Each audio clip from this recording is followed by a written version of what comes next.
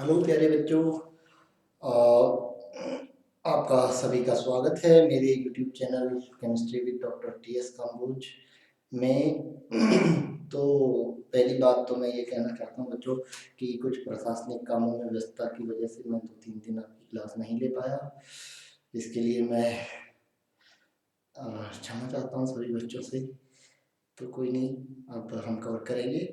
तो आज का हमारा टॉपिक, जैसे कि हमने पिछले टॉपिक में बात कर ली थी, क्वांटम नंबर्स। क्वांटम नंबर्स में हमने बात करी थी बेटा, इसका जस्ट इंट्रोडक्टरी पार्ट, थोड़ा सा इंट्रोडक्शन हमने बात की थी। तो इंट्रोडक्टरी पार्ट में जो मेन बात थी कि सारे क्वांटम नंबर्स के बारे में थोड़ी थोड़ी मैंने बात की थी। आज हम क्वांटम नंबर्स को थोड़ा डिटेल में पढ़ने जा रहे हैं, थोड़ा सा इसकी डिटेल हम बात करेंगे। तो मेनली हम बात करें सबसे पहले क्वांटम नंबर्स क्या हैं। कुछ यूनिक नंबर्स हैं जो इलेक्ट्रॉन के बारे में, एटम के अंदर जो इलेक्ट्रॉन है उसके बारे में सारी जानकारी रखते हैं। कुछ यूनिक नंबर्स जो इलेक्ट्रॉन के बारे में सारी जानकारी को अपने अंदर रखते हैं, या सारी जानकारी उनसे हमें मिल जाती है क्वांटम नंबर से कि इलेक्ट्रॉन कहाँ है, किस हाल में है, और उसकी शेप और ऑर्बिटल और सो ऑन सारी चीजें। उससे पहले मैं एक चीज यहाँ पे क्लियर कर दूं बेटा, वो क्या है कि सबसे पहले कॉन्सेप्ट आया बोहर का। बोहर के कॉन्सेप्ट में क्या बात थी कि इलेक्ट्रॉन ऑर्बिट्स में होते हैं, यानी कि शेल्स में होते हैं। जनरली मोटे तौर पे अगर ऑर्बिट का कंसेप्ट दिया तो ऑर्बिट को ही शेल कहा जाता है, ऑर्बिट को ही शेल कहा जाता है। तो फिर कुछ चीजें ऐसी हुई कि जिसकी वजह से हमें ये मॉडल थोड़ा सा गड़बड़ लगा, कुछ कमियां लगी। तो उसको दूर करने के लिए फिर क्या है, wave mechanical model. Wave mechanical model ने कुछ चीजें इसकी अमेंड की। ये शेल तो ठीक ही है, गलत नहीं है, शेल है, लेकिन वेव मैकेनिक्स से कुछ चीजें हुई क्या, वो ये हुई कि एक शेल के अंदर कई सारी सब शेल्स पॉसिबल हो सकती हैं। एक शेल है वो नहीं, एक शेल के अंदर क्या क्या हो सकता है ये मैं बात करूंगी। एक शेल यानी कि बोहर की ऑर्बिट है, एक शेल के अंदर कई सारी सब शेल्स हो सकती हैं। क्या हो सकती हैं? सब शेल, सब शेल। और एक शेल के अंदर कई सारी सब शेल्स होंगी, और एक सब शेल के अंदर कई सारे ऑर्बिटल्स हो सकते हैं, ऑर्बिटल्स।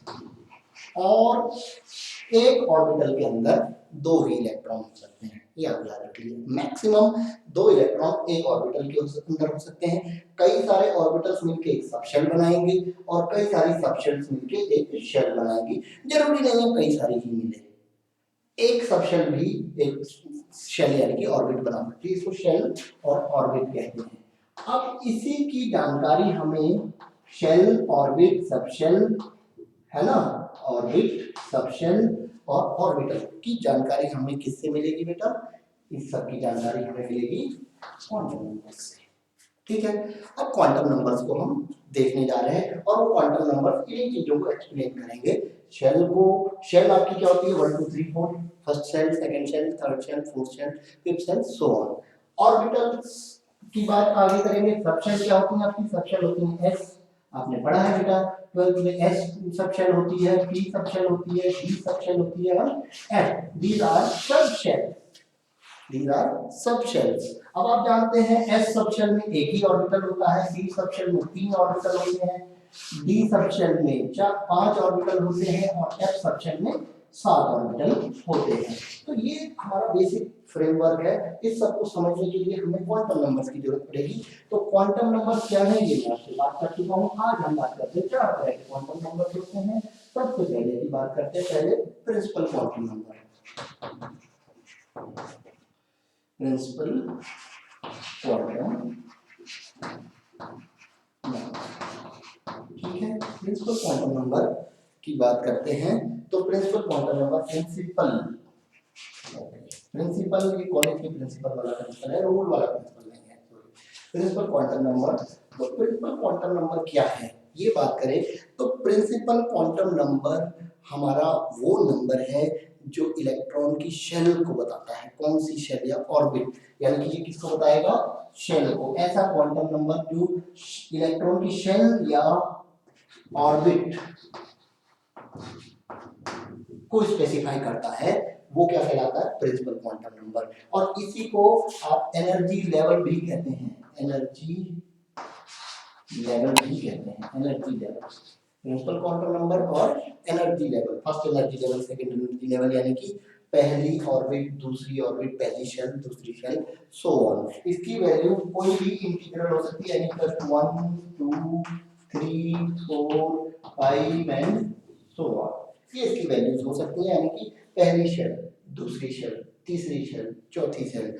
अब इंपॉर्टेंट यहाँ पे क्या है कि प्रिंसिपल क्वांटम नंबर की हेल्प से इलेक्ट्रॉन की हम दो चीजें पता कर सकते हैं, यानी कि प्रिंसिपल क्वांटम नंबर इलेक्ट्रॉन की दो चीजों के बारे में बहुत क्लियरली बताता है। एक एनर्जी, इलेक्ट्रॉन की एनर्जी बताता है, कितनी एनर्जी होगी, और दूसरा बताता है रेडियस।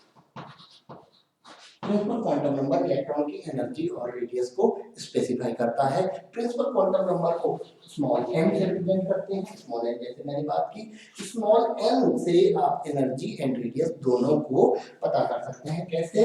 E इक्वल टू होता है माइनस का 313.3 313.3 over n square, 313 over n square. ये इससे किसी भी आपके एटम की जो है हाइड्रोजन एटम की जो है आपकी एनर्जी निकल जाएगी। रेडियस होता है, ये भी रेडियस भी प्रिंसिपल क्वांटम नंबर पर इलेक्ट्रॉन की रेडियस, ये कितनी, इलेक्ट्रॉन की एनर्जी, इलेक्ट्रॉन की एनर्जी, इलेक्ट्रॉन की radius 52.9 into n square picometre, ठीक है। और ये पता चलेगी आपकी किलो कैलोरी, ये एनर्जी होगी किलो कैलोरी में, और ये रेडियस होगी पिकोमीटर में। किलो कैलोरी में एनर्जी पता करनी है, E equal to 313.3 over n square kilo calorie में एनर्जी, and radius 52.9 n square picometer आपका रेडियस होगी। तो principal quantum number is the unique number which specify shell or orbit of electron and it determine energy and radius of the electron। इतनी detail इसके लिए काफी है। ये प्रिंसिपल क्वांटम नंबर, और ये प्रिंसिपल क्वांटम नंबर किस कॉन्सेप्ट से आया था? बोहर के कॉन्सेप्ट का की देन है। बोहर के कॉन्सेप्ट के थ्रू प्रिंसिपल क्वांटम नंबर हमें मिल जाता है, उसी को हम आगे कंटिन्यू करते हैं। यानी बोहर का मॉडल बहुत आज भी रेलेवेंट है, बोहर का मॉडल गलत नहीं है, लेकिन उसमें कुछ चीजें रह गई थी। क्या? सबशेल एंड ऑर्बिटल का कॉन्सेप्ट वहां पे नहीं आया था, जो कि वेव मैकेनिकल मॉडल से बाद में क्लियर होता है। तो अब हम वेव मैकेनिकल मॉडल की तरफ बढ़ रहे हैं। Azimuthal quantum, azimuthal quantum number,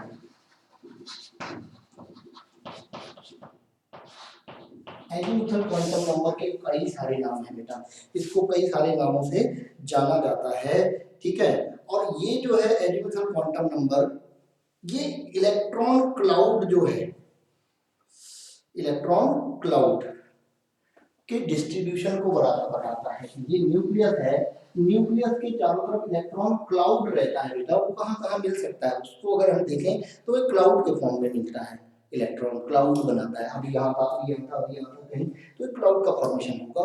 तो इलेक्ट्रॉन क्लाउड के डिस्ट्रीब्यूशन को कौन बताता है dear? Azimuthal quantum number. It describes distribution of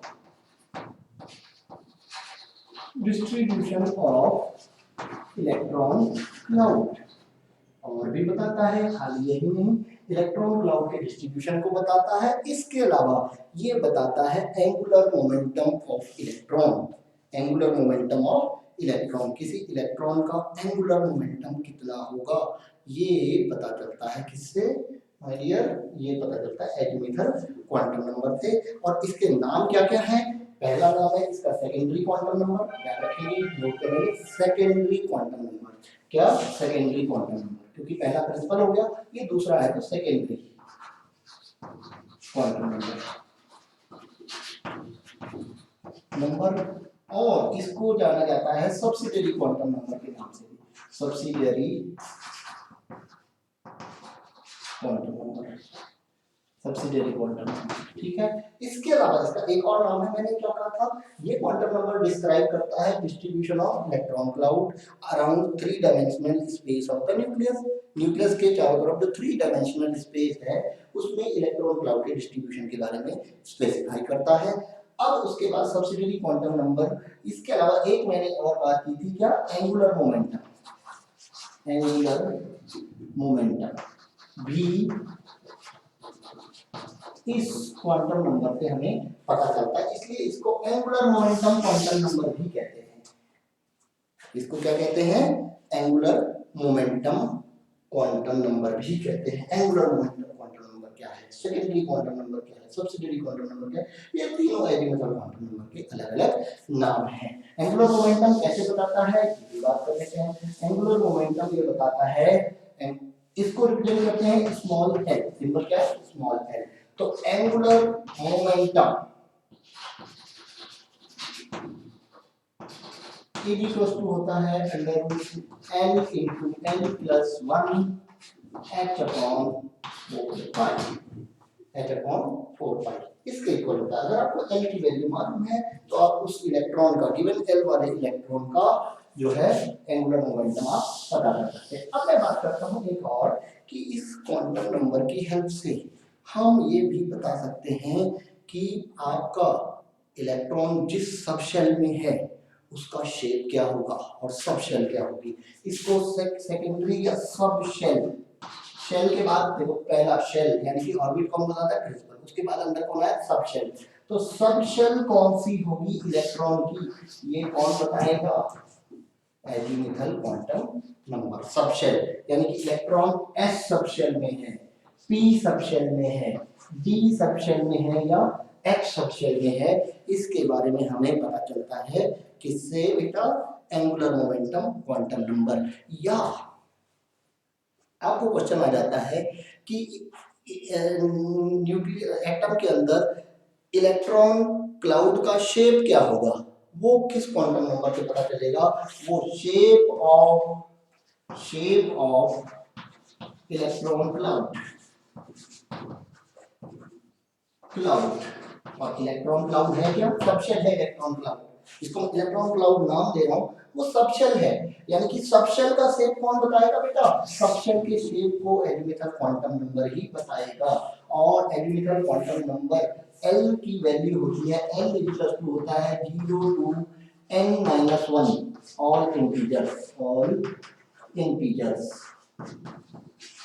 मतलब कि मान लें n इक्वल टू 1 है, n इक्वल टू 0 नहीं होता, कभी भी 1 से शुरू होता है, 1 है, तो l की वैल्यू 0 to n-1, 0 से लेके n-1 यानी कि 1 माइनस 1 यानी कि 0, 0 से 0 तक यानी कि 0, यानी कि n बराबर 1 होगा तो l बराबर क्या होगा, 0, एक ही वैल्यू होगी, एक ही वैल्यू होगी। अब आगे बढ़ाता हूँ मैं इसी को, अब आगे बढ़ाता हूँ, n की वैल्यू क्या होगी बेटा, किसी गिवन l की वैल्यू क्या होगी, ये देख लिया। अब देखें n इक्वल टू अगर 2 है तो l की वैल्यू क्या होती है, 0 to n-1 तक की जो भी पूर्ण संख्याएं होंगी वो सब क्या होंगी, l की वैल्यू।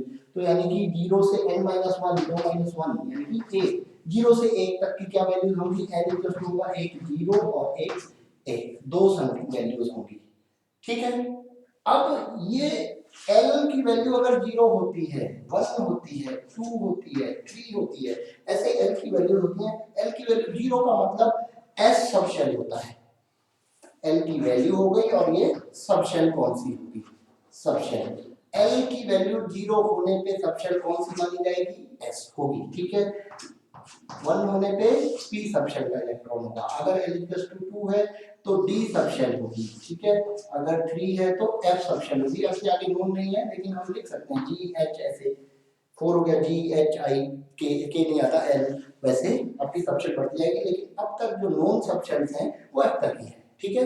ऐसा नहीं है हो नहीं सकती है, भविष्य में ऐसे एलिमेंट्स खोजे जा सकते जिनमें हो, लेकिन अभी तक नहीं है, ठीक है। F से ज्यादा हमारे पास नोन नहीं है।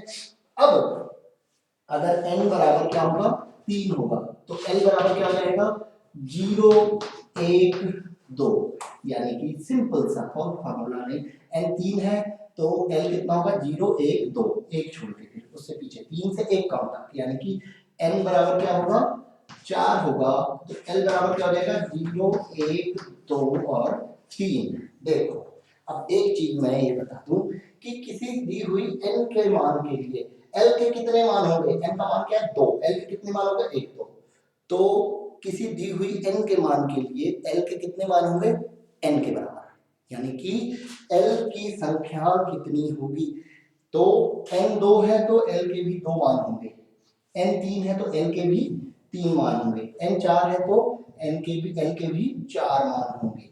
तो जितनी n होता है, n अगर 6 है तो l के कितने मान होंगे, 6 ही होंगे। क्या क्या होंगे, 0 1 2 3 4 5। हालांकि ये होता नहीं है, मैंने बता दिया, क्योंकि 4 से आगे नहीं जाते हम, 4 से आगे नहीं जाते, क्योंकि मैंने कहा यहाँ डी तक ही होता है, 3 से आगे, सॉरी डी तक ही होता है, 3 से आगे नहीं जाते, ये होगा नहीं। ठीक है, तो ध्यान रखेंगे किसी दिए हुए n के मान के लिए l के कितने मान होंगे बेटा, n की संख्या के बराबर, यानी कि n 1 है तो l का क्या मान होगा, जैसे मैंने बताया था n बराबर 1 है तो l कितना होगा, 1 ही मान होगा।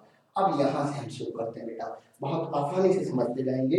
क्या, देखिए n 1 है, यहाँ 0 का मतलब s, यानी कि पहली ऑर्बिट में एक ही सब शेल होगी s, पहली ऑर्बिट में एक ही, पहली शेल में एक ही सब शेल s होगी, लेकिन जैसे ही हम दूसरी शेल में जाएंगे तो s भी होगी, एक p भी होगी, तभी यहाँ कितने इलेक्ट्रॉन आते हैं, दूसरे में 8। ठीक है, ऐसे ही आ जाओ, ऐसे ही हम ऐसे आगे बात करें तो यहाँ क्या होगा, s p d, यानी कि तीसरी ऑर्बिट में कितने शेल होंगे बेटा, सब शेल 3 होंगे।